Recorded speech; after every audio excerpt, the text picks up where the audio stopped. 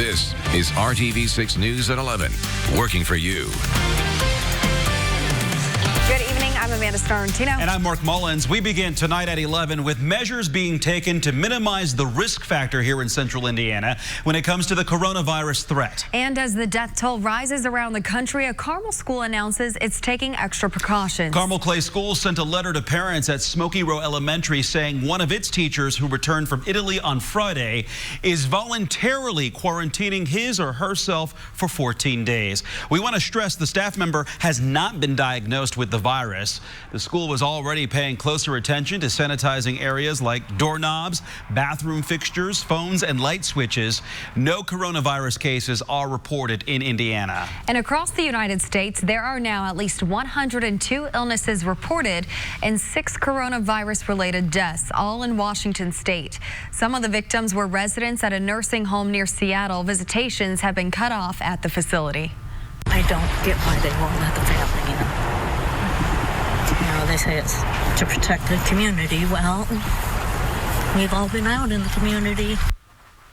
Most of the confirmed U.S. cases are on the east and west coast, but there are also some in Illinois and one in Wisconsin. In Washington, D.C., President Trump met with the drug company executives today. The president says they are working hard on a vaccine along with therapies for those infected with coronavirus.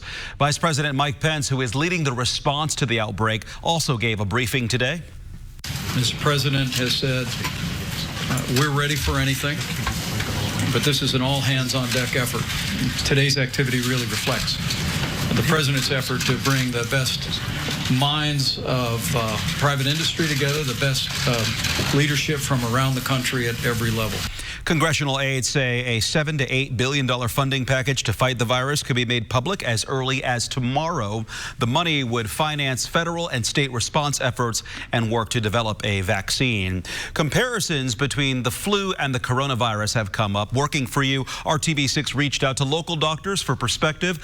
They say right now the risk for the flu is much higher than the coronavirus, but they have similar symptoms. Both can lead to respiratory problems and fever, but the flu tends to cause more body aches than the coronavirus, and you'll see symptoms quicker after being exposed to it. Dr. Cole Beeler with IU Health says one big difference is the unknown. Until we have more information on the virus, it's going to be scary. I think it's definitely something that we need to keep our eye on, and definitely something that we take and build up policies on to make sure that we're not missing anything. But certainly influenza is a known beast. We see it every single year. And since we see it every year, we're a little bit more comfortable with it. And people probably have gotten the flu and they know that they can survive the flu. Another big difference is the mortality rate. Right now, about 1 to 2% of coronavirus patients die. The mortality rate for the flu is 0.1%. Now to the forecast. Wet weather is moving across parts of central Indiana at this hour, but it's rain, not snow, thanks to the mild temperatures. Kevin? I think your ears will tell you a little bit about what's going on tonight, as you'll hear some thunder very soon in Terre Haute in western Indiana. Thunderstorms and rain, especially south of Interstate 70. A few isolated thunderstorms, temperatures steady or slowly falling. Notice how they've popped up. These are rain showers, but some of it a good little downpour anywhere in the metro area, just kind of random. And you see a thunderstorm hills of Brown County moving to the north and east. These are non-severe, a little more put together here. This will move in toward Terre Haute, Sullivan, and then move toward Rockville, Greencastle, and the metro area. The strongest storms will stay in Kentucky and also in Tennessee. As we go through the night, midnight, from Terre Haute to almost Bloomington. Then we put this in motion, goes through Indianapolis up toward Muncie and Richmond by 3 a.m. All of this will be exiting in the morning when you wake up. We'll talk about the timeline for temperatures returning to the 50s and how many dry days in a row we can manufacture. Right now, breaking news to pass along to you at this hour. Police have issued a silver alert for a missing 6-month-old baby who police say is believed to be in extreme danger. Marion police are investigating the disappearance of this child, Paris Robinson.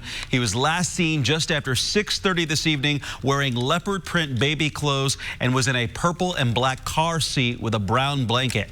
Now, investigators say Paris was with 38-year-old Taja Robinson. If you have information on this, call 911.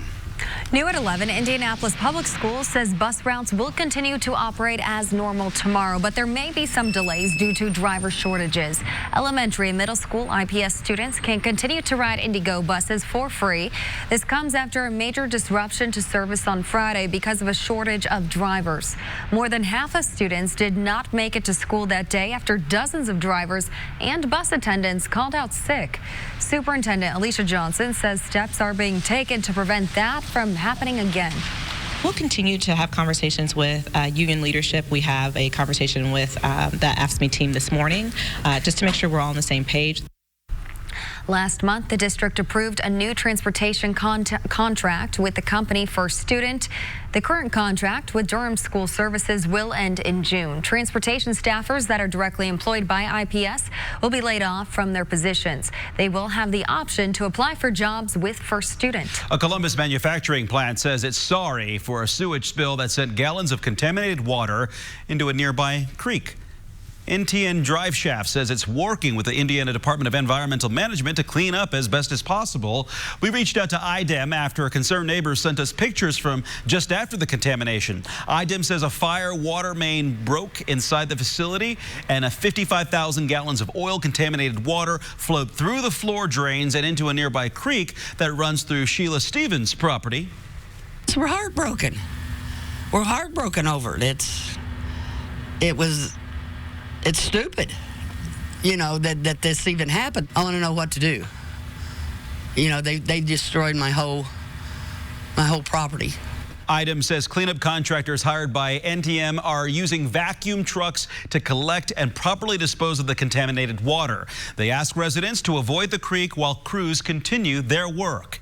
And just last week, IDEM told us contractors are working 24 hours a day to clean up a jet fuel spill in waterways on the east side of Indianapolis. The fuel came from a tanker that crashed and exploded last month on the I-465 ramp to I-70. That cleanup may take weeks. If a state house bill becomes law, Indiana Attorney General Curtis Hill could be removed from office if his law license is revoked over allegations of sexual misconduct. Today, the Indiana House voted to amend an election bill to create new qualifications for a state attorney general. That includes a requirement that their license not be suspended for 30 days within the last 5 years. If that happens during a term, the office would be vacated and the governor would pick a replacement. Hill is accused of inappropriately touching 4 women at a party in 2018. The judge who presided over a disciplinary trial recommended Hill lose his law license for 60 days. The AG's office responded to the amendment saying, quote, "This raises some legal concerns and this kind of rushed proposal lacks transparency and leaves no opportunity for public input," end quote.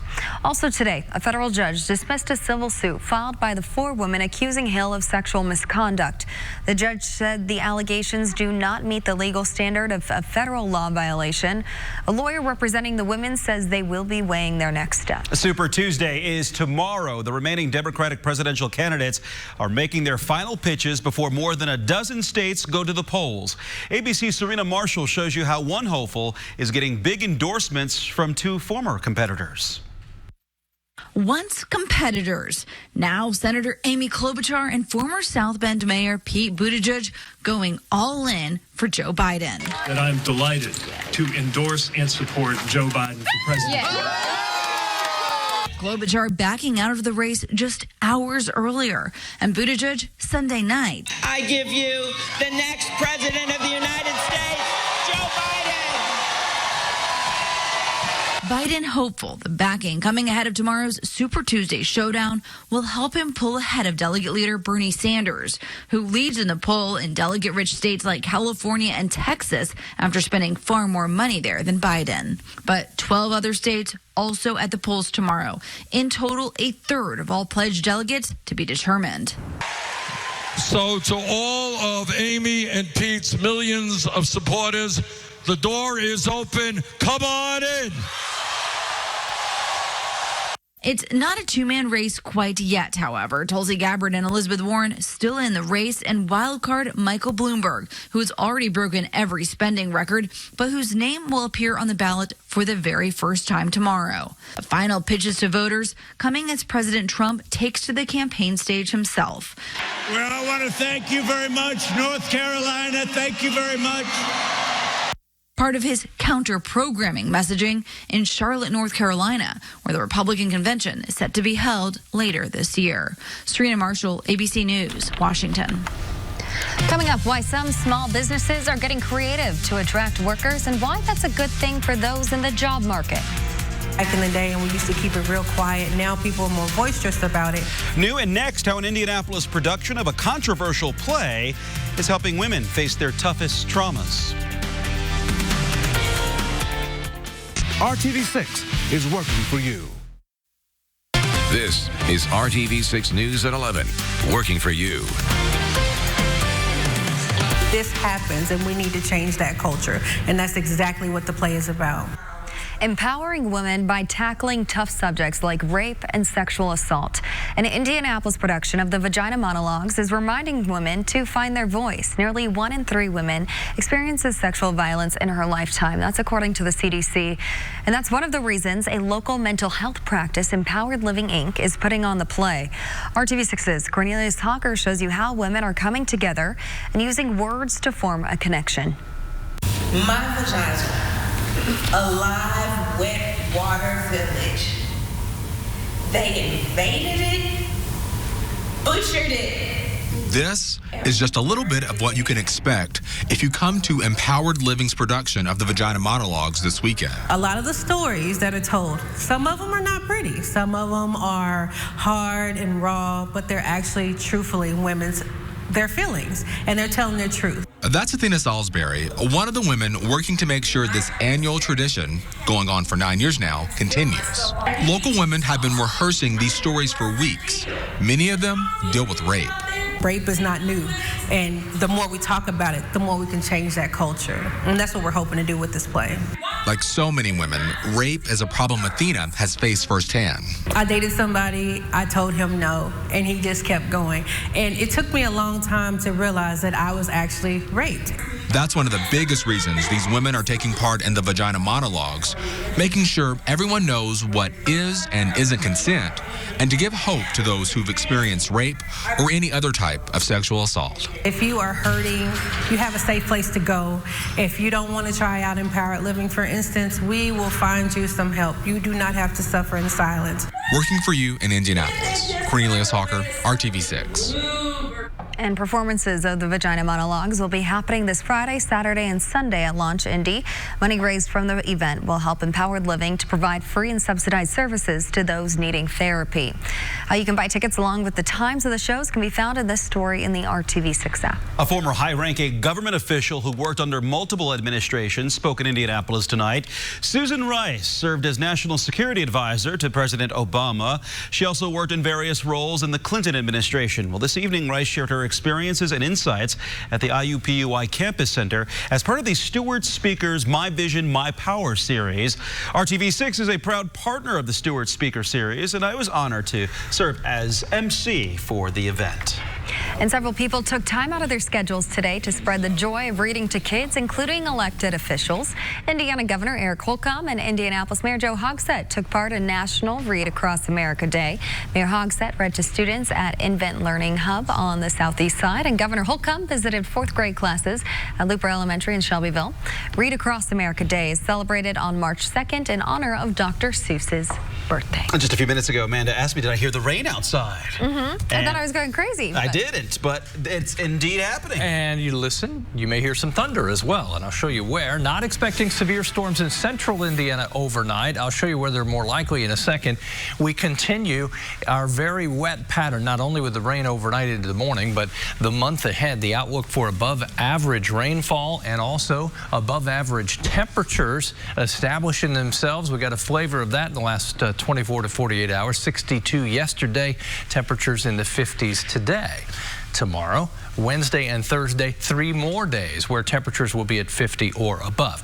Let me show you the tornado watch until 1 a.m. includes Evansville, then you get into western Kentucky and portions of Tennessee.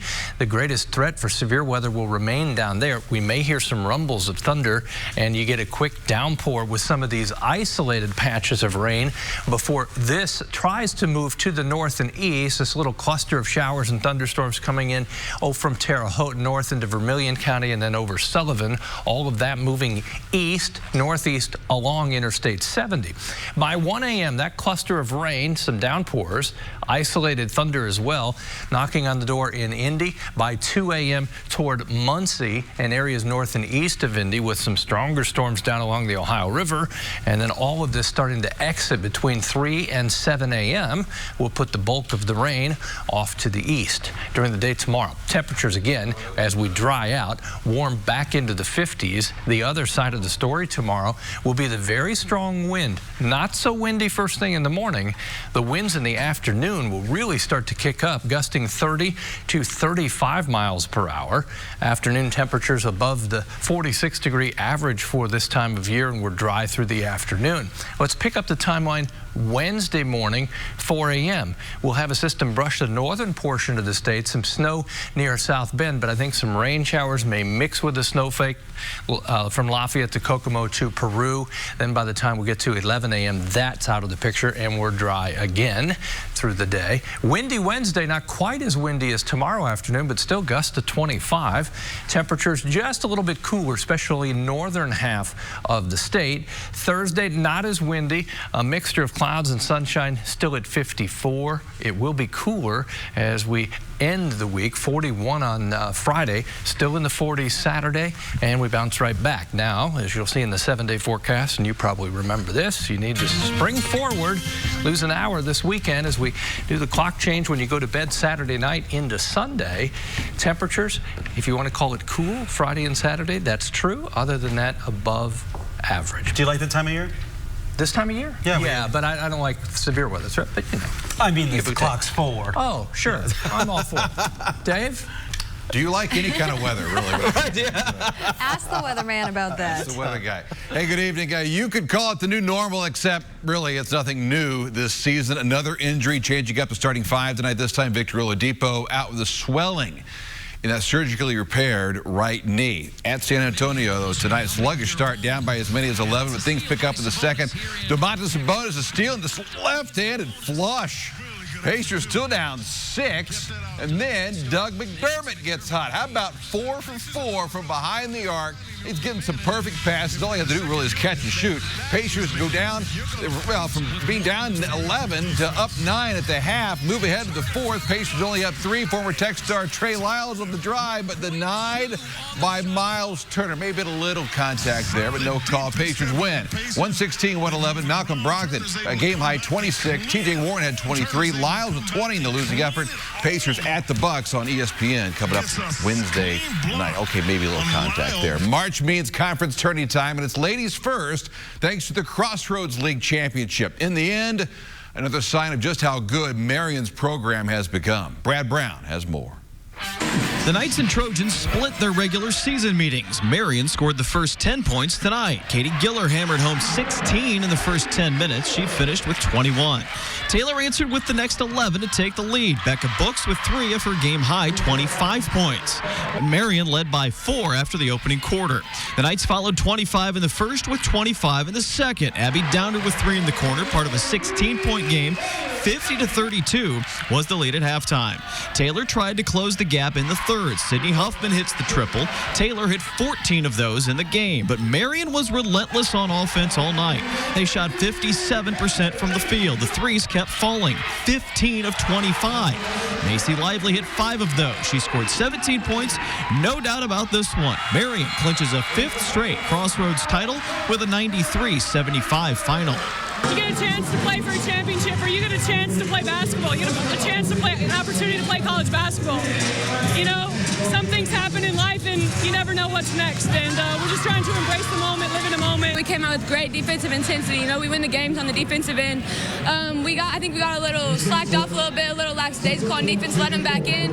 We made sure the second half we came back out with the same intensity as the first and put them away early. Our practices, you know, we practiced really hard. We were looking forward to this because, you know, last year we lost it against them, and we wanted this really badly, so we came out here and got it. Both teams will be heading to the NAIA Division II tournament. The 32-team field will be announced on Wednesday. Brad Brown, RTV6 Sports. Congratulations, ladies. Hey, finally tonight, first and foremost from high school hoop, Purdue at Iowa tomorrow night, big game, but the big news tonight, Fort Wayne's Caleb First committing to the Boilers.